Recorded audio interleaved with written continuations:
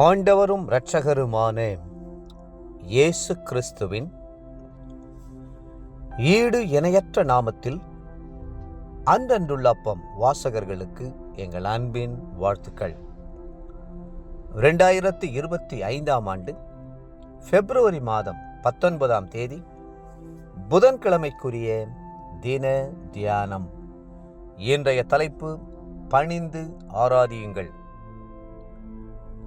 உபாகமம் 26:10 சொல்லுகிறது, இப்பொழுதும் இதோ கர்த்தாவே, தேவரீர் எனக்கு கொடுத்த நிலத்தினுடைய கனிகளின் முதற் பலனை கொண்டு வந்தேன் என்று சொல்லி அதை உன் தேவனாகிய கர்த்தருடைய சந்நிதியில் வைத்து உன் தேவனாகிய கர்த்தருடைய சந்நிதியில் பணிந்து.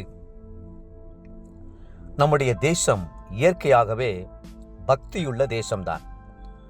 இறைவன் என்று என்பவரை பயபக்தியோடு தொழுது கொள்ளுகிற தேசம்தான்.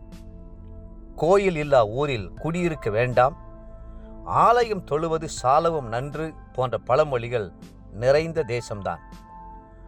ஆனாலும் உண்மையான தேவனை அறிந்து கொள்ளாமல் அநேக உலகத்தார் அங்கலாய்க்கிறார்கள், அலைந்து திரிகிறார்கள். கிருபையாய் தேவாதி தேவன் நமக்கு தன்னை வெளிப்படுத்த சித்தமானார். நம்மை தேடி வந்து தூக்கி எடுத்து நம்முடைய பாவங்களையெல்லாம் தம்முடைய இரத்தத்தினால் கழுவி சுத்திகரித்தார். அவருடைய பிள்ளைகள் என்று அழைக்கப்படுகிற பெரிய பாக்கியத்தை தந்தார். இவ்வளவு நன்மைகளை செய்த ஆண்டவர் ஒன்றே ஒன்றை நம்மிடத்தில் எதிர்பார்க்கிறார். கர்த்தருக்கு முன்பாக பணிந்து அவரை ஆராதிக்க வேண்டும் என்பதுதான் அவருடைய அந்த ஒரே எதிர்பார்ப்பு. அப்படியே அவரை ஆராதிக்கிறவர்கள்தான் அவருடைய சாட்சியாக, விசுவாசிகளாக, உண்மை தொண்டர்களாக விளங்க முடியும். நம் தேவனாகிய கர்த்தர் ஒருவரே தேவன். அவரே ஆராதனைக்கும் துதிக்கும் ஸ்தோத்திரத்துக்கும் கனத்துக்கும் பாத்திரராயிருக்கிறார். அவர் ஒருவரே நம்முடைய அன்புக்கு பாத்திரர். நம்முடைய முழு இருதயத்தோடும் முழு ஆத்துமாவோடும் முழு மனதோடும் அவரில் அன்பு கூற வேண்டுமென்று அவர் விரும்புகிறார். எனவேதான் தாவீது ராஜா நம்மை பார்த்து, நம்மை உண்டாக்கின கர்த்தருக்கு முன்பாக நாம் பணிந்து குனிந்து முழங்காற்படியிட கடவோம், வாருங்கள், அவர் நம்முடைய தேவன், நாம் அவர் மேய்ச்சலின் ஜனங்களும் அவர் கைக்குள்ளான ஆடுகளுமாமே என்று அழைக்கிறார். 95ஆம் சங்கீதம் 6-7 வசனங்கள். பணிந்து குனிந்து என்கிற வார்த்தைகள் எல்லாம் நமக்கு இருக்க வேண்டிய தாழ்மையை சுட்டி காண்பிக்கிறது. பெருமையோடும் அகங்காரத்தோடும் அவரை ஆராதிக்க கூடாது. தாழ்மையோடும் அன்போடும் அவரை ஆராதிக்க வேண்டும். அதுவே கர்த்தர் விரும்புகிற அலங்காரம். பரிசுத்த அலங்காரத்தோடே கர்த்தரை தொழுது கொள்ளுங்கள் என்று வேதம் சொல்லுகிறது.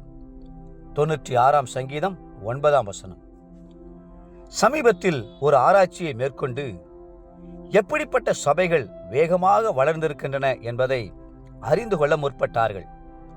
அதில் எந்தெந்த சபைகள் ஆராதனைக்கு முக்கியத்துவம் கொடுத்ததோ, எந்தெந்த சபைகள் ஆவியோடும் உண்மையோடும் கர்த்தரை தொழுது கொண்டதோ, அந்த சபைகளே வளர்ந்து பெருகின என்பதை கண்டுபிடித்தார்கள்.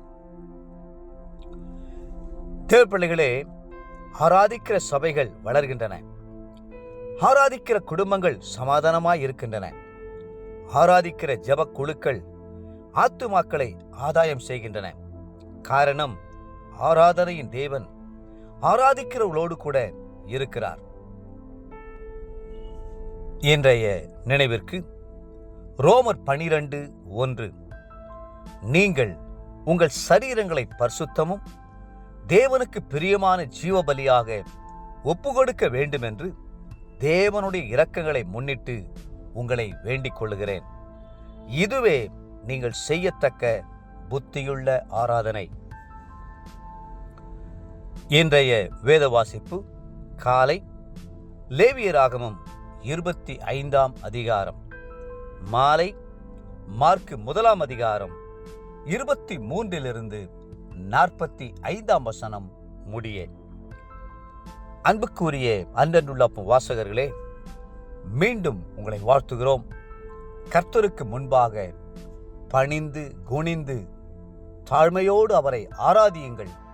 கர்த்ததாமே உங்களை ஆசீர்வதித்து மென்மேலும் உயர்த்துவாராக. ஆமென். ஆமென்.